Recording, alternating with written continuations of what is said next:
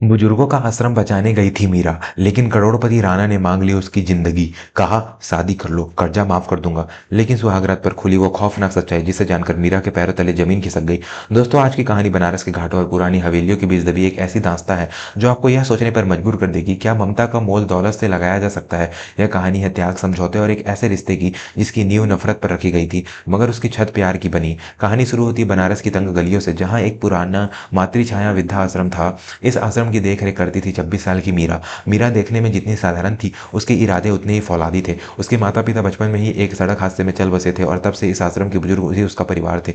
वह दिन भर उनकी सेवा करती, उनके लिए खिचड़ी बनाती और शाम को गंगा घाट पर दिए बेचकर आश्रम का खर्च चलाने में मदद करती। लेकिन आज आश्रम में मातम का माहौल था। सरकारी नोटिस आ चुका था। यह जमीन बरसों पहले एक जमींदार परिवार के आश्रम को दान दे दी थी, लेकिन कागजात पक्के नहीं थे। अब उस खानदान का वारिस, शहर का सबसे बड़ा और क्रूर बिजनेसमैन विक्रम सिंह राणा, उस जमीन पर एक आलीशान होटल बनवाना चाहता था। सुबह के 10 बज रहे थे। मीरा के हाथ में वो नोटिस कांप रहा था। आश्रम के काका ने अपनी धुंधली आंखों से मीरा को देखा और बोले, बेटी अब क्या होगा? हम बूढ़ी हड्डियों को लेकर कहाँ जाएंगे? मीरा ने अपने आंसू पोंछे और दृढ़ता से बोली, काका, जब तक मैं जिंदा हूँ इस आश्रम की एक ईंट भी कोई नहीं हिला सकता। मैं उस राणा से मिलूंगी, उसे समझाऊंगी। मीरा जानती थी कि वह किस आग में हाथ डालने जा रही है। विक्रम सिंह राणा, एक ऐसा नाम जिसने पूरा शहर थर्राता था। 35 साल की एक ऐसा मर्द जिसके पास दौलत तो बेशुमार थी, लेकिन दिल की जगह पत्थर था। कहते हैं 5 साल पहले उसकी पत्नी की रहस्यमयी मौत ने उसे पत्थर बना दिया था। मीरा ऑटो बदलकर और फिर पैदल चलकर शहर के बाहरी इलाके में बनी राणा हवेली पहुंची। हवेली क्या थी? एक किला था। ऊंची दीवारें, बड़े बड़े लोहे के फाटक और हर तरफ तैनात सुरक्षाकर्मी।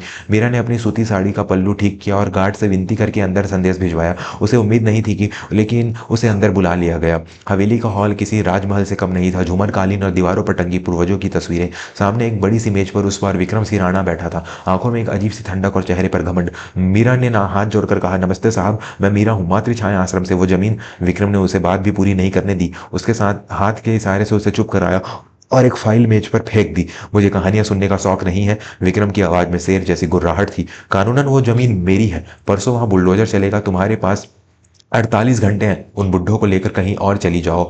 मीरा का खून खौल उठा। हुआ डरना भूल गई। उसने आगे बढ़कर कहा, साहब, वो कोई कचरा नहीं है, जीते जागते इंसान है। आपके पास तो पूरा शहर है। उस छोटे से टुकड़े के लिए आप क्यों इतनी निर्दयी हो रहे हैं? बद्दुआ लगेगी आपको। विक्रम अपनी कुर्सी से खड़ा हो गया। वह मीरा के करीब आया। मीरा सहम गई, लेकिन पीछे नहीं हटी। विक्रम ने उसकी आंखों में देखा। उसे वहां डर नहीं, बल्कि एक अजीब सी जिद दिखाई दी। बद्दुआ? विक्रम हंसा, एक सूखी और डरावनी हंसी। बद्दुआ ही ने ही तो मुझे यहां तक पहुंचाया है।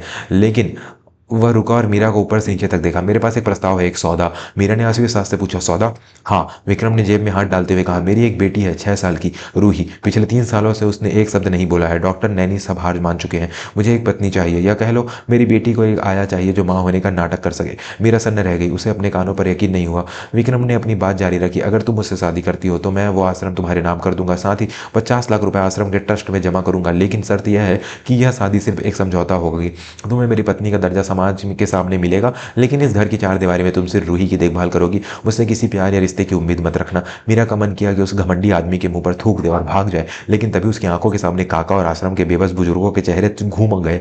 अगर वह मना करती तो परसों आश्रम टूट जाएगा। वो सब सड़क पर आ जाएंगे। मीरा ने मुट्ठियां भींची। उसका स्वाभिमान एक तरफ था और दर्जनों जिंदगियां दूसरी तरफ। उसने कांपती आवाज में कहा, मुझे मंजूर है, मुझे मंजूर है। दोस्तों, कहानी में एक बहुत बड़ा मोड़ आने वाला है। क्या मीरा उस बच्ची की आवाज वापस ला पाएगी? जानने से पहले अगर आप भी अपने माता पिता से सच्चा प्यार करते हैं तो अभी हमारे चैनल को सब्सक्राइब कर लें और बेल आइकन दबाना ना भूलें। 2 दिन बाद बिना किसी बैंड बाजे के कोर्ट मैरिज करके मीरा उस आलिशान जेल यानी राणा हवेली में आ गई। सुहागरात की रात सजा हुआ कमरा नहीं था, बल्कि उसे एक अलग कमरा दिया गया जो रूही के कमरे से सटा हुआ था। विक्रम ने पहली ही रात साफ कह दिया, इस घर के नियम सख्त है। तुम रूही के कमरे के अलावा कहीं और अपनी मर्जी से नहीं जाओगी। और हाँ, मेरे अतीत को कुरेदने की कोशिश मत करना। अगली सुबह मीरा की मुलाकात रूही से हुई। वह बच्ची किसी गुड़िया जैसी थी, लेकिन उसकी आंखों में ऐसा खालीपन था जैसे उसने दुनिया का सारा दर्द देख लिया हो। वह व्हील चेयर पर बैठी थी, क्योंकि डर के मारे उसके पैरों के काम करना बंद कर दिया था। मीरा ने मुस्कुराकर उसके सिर पर हाथ रखा तो रूही सिहर उठी और पीछे हट गई। दिन बीतने लगे। मीरा के लिए यह हवेली कांटों का ताज थी। नौकर उसे नई मालकिन कहते, लेकिन उनकी आंखों में दया थी। विक्रम उससे बात भी नहीं करता था। वह सुबह निकल जाता और देर रात शराब के नशे में धुत होकर लौटता। मीरा ने हार नहीं मानी। उसने रूही को से जबरदस्ती बात करने की कोशिश नहीं की। वह बस उसके पास बैठती और आश्रम की कहानियां सुनाती। कभी लोरी गाती तो कभी उसके बालों से तेल लगाती। धीरे धीरे रूही का डर कम होने लगा। वह अब मीरा की उंगली पकड़ने में लगी थी। एक रात तूफानी बारिश हो रही थी, बिजली कड़क रही थी। मीरा अपने कमरे में थी कि तभी उसे रूही के कमरे से चीखने की दबी हुई आवाज़ आई। मीरा दौड़कर वहां गई। रूही बिस्तर के नीचे दुबकी हुई थी और कांप रही थी। मीरा ने उसे बाहर निकाला और सीने में लगा लिया। डर नहीं गुड़िया, माँ है ना, माँ यही है। मीरा के मुंह से अनजाने में माँ निकल गया। उसी वक्त दरवाजा खुला और विक्रम अंदर आया। वह भी शायद रूही की आवाज़ सुनकर आया था। उसने देखा कि मीरा रूही को गोद में लिए बैठी है और रूही ने अपना सिर मीरा के कंधे पर रखा है, वही सुकून से जो अपनी सगी माँ की गोद में मिलता था। विक्रम यह दृश्य देखकर ठिठक गया। बरसों बाद उसकी बेटी को इतना शांत देखा था। वह बिना कुछ कहे वापस लौट गया, लेकिन उस रात उसकी आंखों में नींद नहीं थी। अगले दिन से विक्रम के व्यवहार में हल्का सा बदलाव आया। वह अब नाश्ते की मेज पर मीरा से रूही के बारे में पूछने लगा। उसने आज खाना खाया? विक्रम ने अखबार के पीछे से पूछा। जी, आज उसने अपने हाथ से खीर खाई, मीरा ने जवाब दिया। विक्रम ने अखबार नीचे किया और पहली बार मीरा की आंखों में देखा। वहां उसे लालच नहीं बल्कि एक ठहराव दिखा। कहानी में असली भूचाल तब आया जब एक दिन मीरा हवेली के पुराने स्टोर रूम की सफाई करवा रही थी। वहां उसे एक डायरी मिली। वह डायरी विक्रम की पहली पत्नी अंजलि की थी। जिज्ञासावश मीरा ने उसे खोल लिया। जो उसने पढ़ा उसने उसके होश उड़ा दिया। डायरी में लिखा था, विक्रम, मुझे डर है कि तुम्हारा सौतेला भाई रंजीत मुझे मारना चाहता है। वह जायदाद के लिए पागल है। अगर मुझे कुछ हो जाए तो तुम्हारी रूही को बचाना। मीरा का माथा ठनका। रंजीत? वही रंजीत जो अक्सर हवेली आता था और विक्रम को भैया भैया करता था। मीरा को समझ आ गया कि रूही की यह हालत किसी हादसे से नहीं बल्कि किसी खौफनाक दृश्य को देखने से हुई है। शायद उसने अपनी माँ को मरते हुए देखा था और विक्रम विक्रम खुद को दोषी मानता था कि उसकी लापरवाही से पत्नी की जान गई, जबकि असली कातिल तो घर के अंदर ही था। उस शाम हवेली में एक पार्टी थी। रंजीत भी वहां था। वह बार बार रूही को घूर रहा था। मीरा का दिल आशंकित हो उठा। उसने तय कर लिया कि वह आज रंजीत पर नजर रखेगी।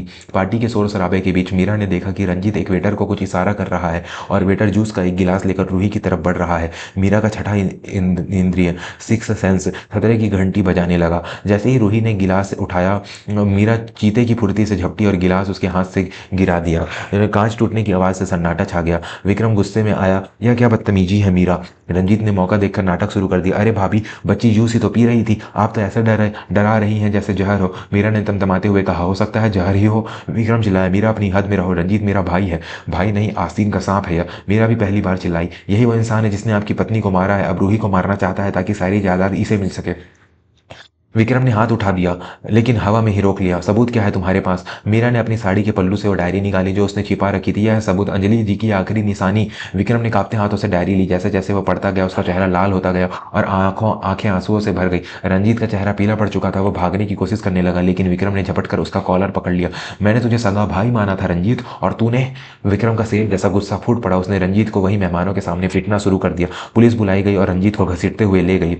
उस रात हवेली की अजीब सी शांति थी, तूफान के बाद वाली शांति। विक्रम रूही के कमरे में जमीन पर बैठा रो रहा था। उसे अपने अंधेपन पर पछतावा हो रहा था। उसे एहसास हो रहा था कि उसने अपने दुख में अपनी बेटी को कितना अकेला छोड़ दिया था। मीरा दरवाजे पर खड़ी थी। वह जाने के लिए मुड़ी क्योंकि उसे लगा कि उसका काम अब खत्म हो गया, सौदा पूरा हुआ, रूही सुरक्षित थी और आश्रम भी।